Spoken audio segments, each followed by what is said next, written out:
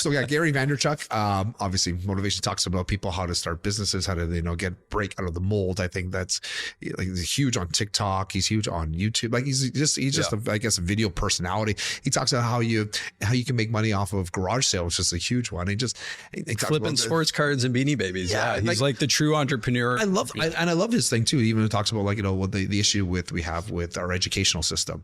Yeah. Like for example, like today I was listening. It's 98.1 because I listen to the Christmas music. I like Christmas music. It's one of those things. It's November 29th.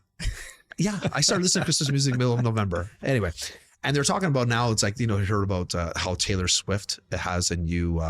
They have a new courses at university for Taylor effing Swift. Really?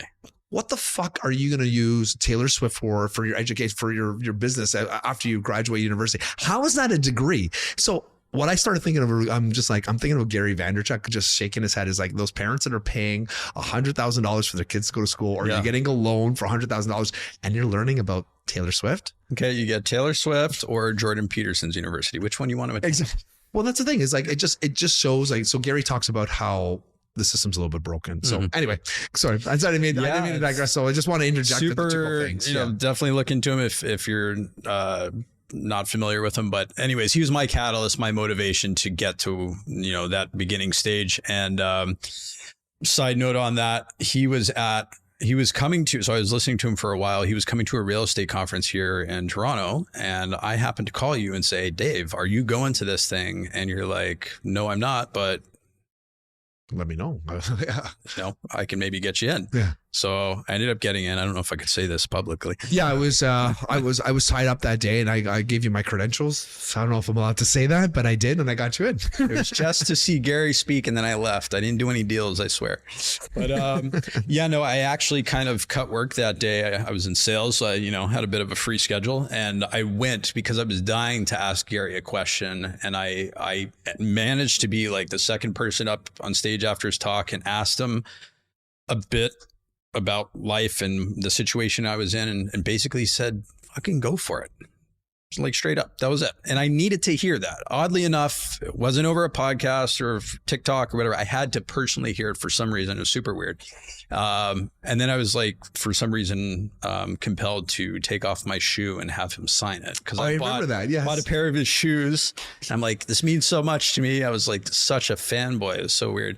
But anyways, I have his shoe proudly like on my shelf at home, signed, and that was my motivation piece. I needed that. Well, do you still once in a while, do you look at that shoe as motivation if you feel like, well, because I find like there's pieces that I have. So there's certain things that I use as motivation. So it's like, it's funny, like, when I was having a huge car payment, I was up to, it mattered because like every time I got one in my car, I would be reminded like, you got to work today. Yeah. Like I wear a couple of nice watches I bought because the reason why I put them on. And like, it is a subconscious reminder to me that you got to put on your boots and work today. Yeah. Do you use that shoe as a motivation as well? I do. I see all these things, and I'm a collector too. I love to collect stuff, and it's just another ring in the ladder for me that I know that I got to that, and it's motivation to get to the next thing, the next day, the next whatever. Yeah. And especially for me, I suffer with seasonal depression, always have. From the day when I moved here to Canada, I grew up in Florida, used to the sun all the time, and this time of year now is the hardest in life for me. Yeah. So we find a lot of people who are getting depressed and this stuff. So what my doctor suggested doing, because again, I've suffered from like, low points in my life too. We talk about that too, mental. Have you tried one of those? Do you use one of those lights so that, like I said, in the morning? The sad lamps. Yeah. So I use it in the morning.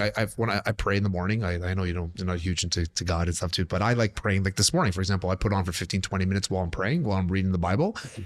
And I find that the absorption gives me in a better mood in the morning. It does. So do you use anything like that for help with your seasonal depression? I do. Actually, I'm like on the extreme end of that. So coming from the lighting and controls industry, I actually, for a while, I don't have it now at this house, but at our condo, I had a full blown sunrise and sunset system in my bedroom. So it would literally, color changing lights would mimic the sunrise colors all the way into midday, 12 o'clock. It'd be super bright, stark white, daylight light. And that's amazing. And then back down to sunset. So I had the luxury of having those systems in my bedroom. and played with that stuff. But it was And all Daddy was okay with that? Oh, well, she had to be. So it's like deal with like super upset, depressed Mike that day, or do you want a happy husband? I get it. No, I get it. Yeah. Yeah. But it's something that everybody has. I've now learned it's something that everybody has, but to like what degree. And so yeah, it's a conversation that I'm always happy to talk about, and I have little tips and tricks for how I've gotten through it. So what are like one of the tricks I've heard works for me, and during COVID was a hard thing, and I've heard this before, you go away for a vacation, and when it's like the middle, like I like to go January, February, because that's when you start to get more and more depressed. And the suggestions, depending on your skin type, because I know you've had skin cancer, which we can talk about that as well.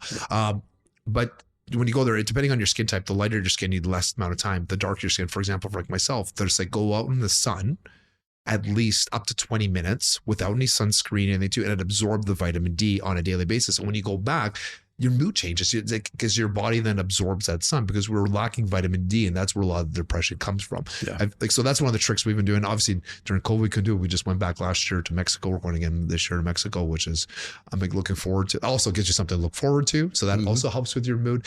What's one of your tricks that you use? Yeah, definitely all that. I'm big now on vitamin D3, K12, some certain vitamins that our bodies don't produce or get naturally.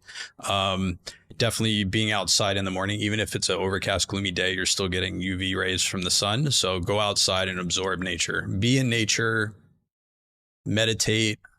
That's especially with kids now. That's one thing I have to do is break away and have that time. Working out has been a big proponent. I'm still trying to get on that bandwagon to be super proficient with it. But being a business owner, I'm pulled in so many different directions. And with two kids, I've got a 3 and a 5-year-old. I just try and get in what I can when I can. And working out, a little bit of cardio every day has been huge. Well, that's the thing is I've been posting lately. I'm getting more of this motivation stuff too. And it's like, even if it's not the getting in shape, it's like that helps you with the workout. It helps with depression. It helps set a schedule. It also helps you give you me time. So what I do is I used to answer calls during workouts. I don't do that anymore. So I try to work out. You asked me this morning, did you work out? I'm like, of course, like it's the first, like I work out 6 days a week. And the reason why it helps, I'm like, I can also just say to my clients, no, I'm not talking right now. You can wait another half hour. Like I said, I put it on, just do not disturb. I listen to my Christmas music. And I actually listen to Christmas music when I'm working out, believe it or not. That's how I heard this morning. It's only the November, December. As soon as December 26th hits, no more Christmas music. But I find that like, not only the fact that you work out, but you set that time for yourself. Yeah. Super important. It's super important because you're also setting aside your mentality saying, I'm doing this for me.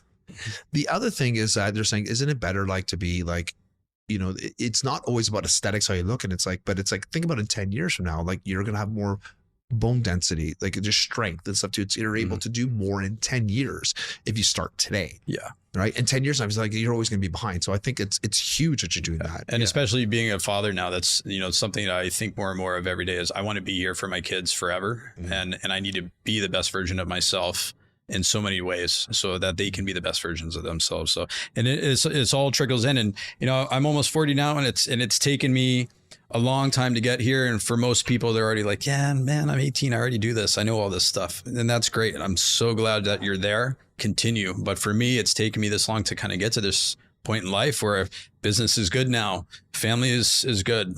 Financially, I'm good. And to take on all these other things that I've been putting off for so long because of this journey, maybe moving up here and starting a business, blah, blah, blah.